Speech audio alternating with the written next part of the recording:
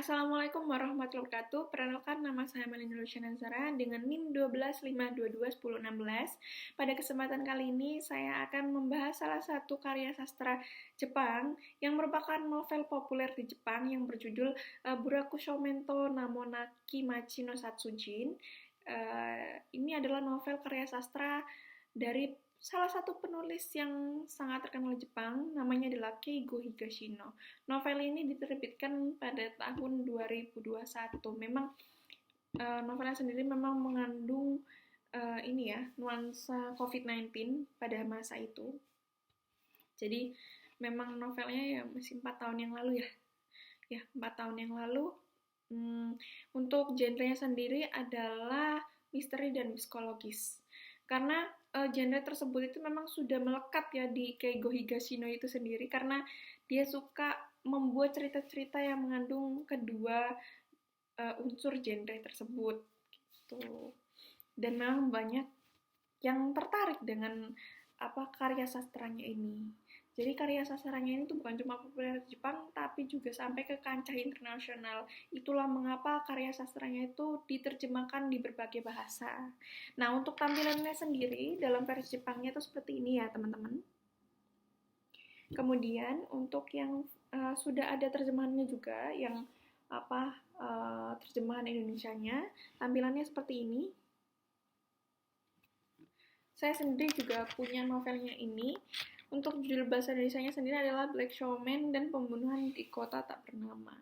Itu sangat menarik sekali karena penggabungan dengan dua unsur genre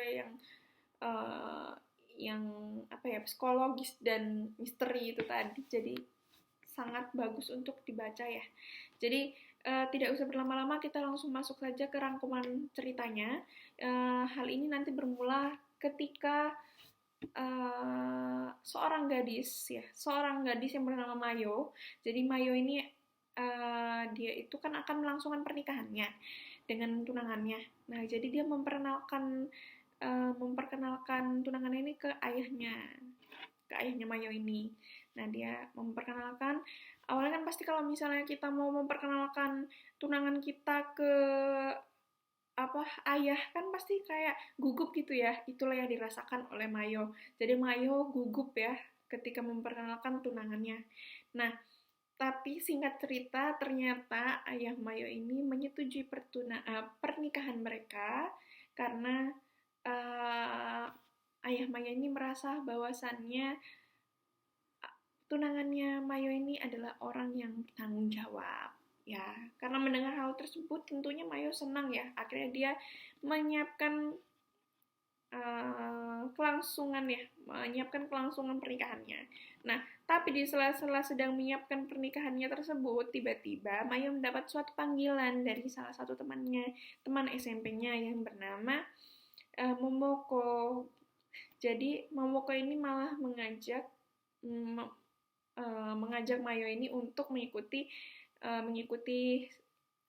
reunian.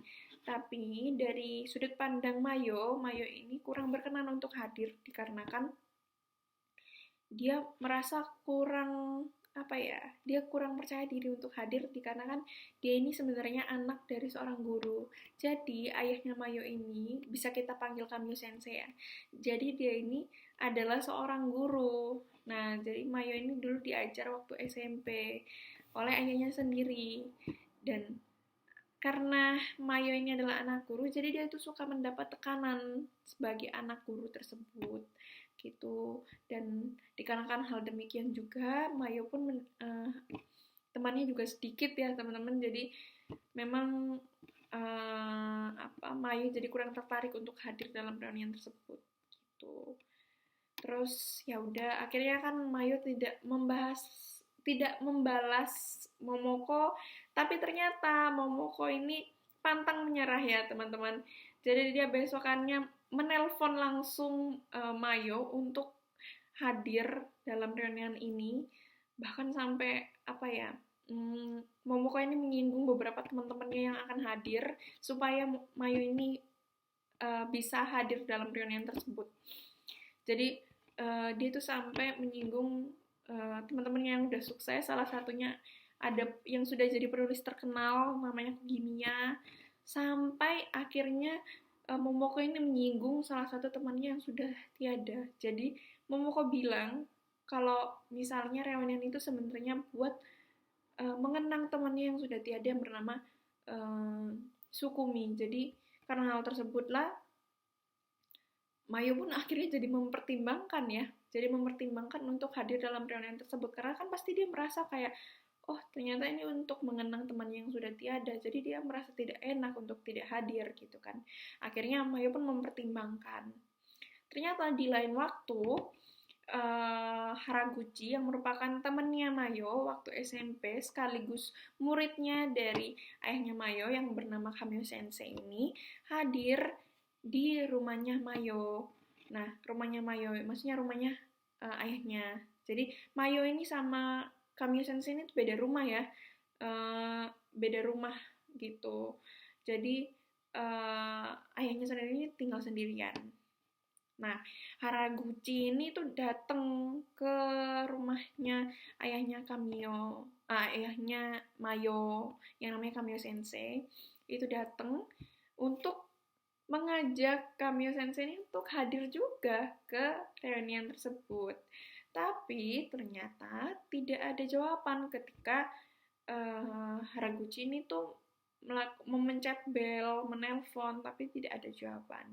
Karena hal demikian, akhirnya Haraguchi terpaksa melewati halaman belakang untuk mengecek apakah ada di sana Kamio Sensei. Tapi ternyata waktu dia cek di halaman belakang, dia justru malah terkejut.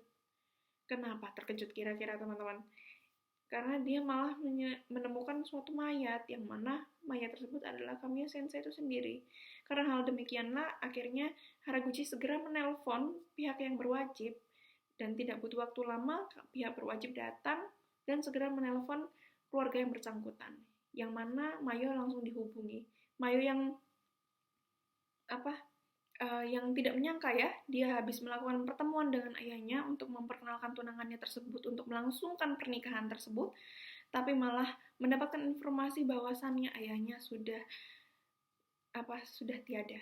Jadi tentunya Mayo pun tertegun dengan hal tersebut dan dia segera hadir ke tempat ayahnya dimakamkannya, kurang lebihnya seperti itu. Dan ternyata ayahnya Mayo ini tuh bukan mati secara normal, maksudnya bukan mati secara natural death ya, apa ya istilahnya ya, bukan mati secara alami, tapi mati karena dibunuh. Karena hal tersebutlah pasti Mayo semakin gelisah ya karena mendengar hal tersebut. Akhirnya Mayo pun melakukan penyelidikan dengan beberapa polisi agar bisa menemukan pembunuh yang sebenarnya. Tapi tidak disangka saat melakukan penyelidikan tersebut tiba-tiba ada seseorang yang bernama Takeshi. Ternyata Takeshi ini adalah saudaranya almarhum, yakni Kamio Takeshi yang merupakan saudaranya alias pamannya Mayo itu sendiri tiba-tiba hadir dan justru malah mengajak Mayo untuk menemukan pembunuhnya sendiri. Jadi di luar dari kepolisian.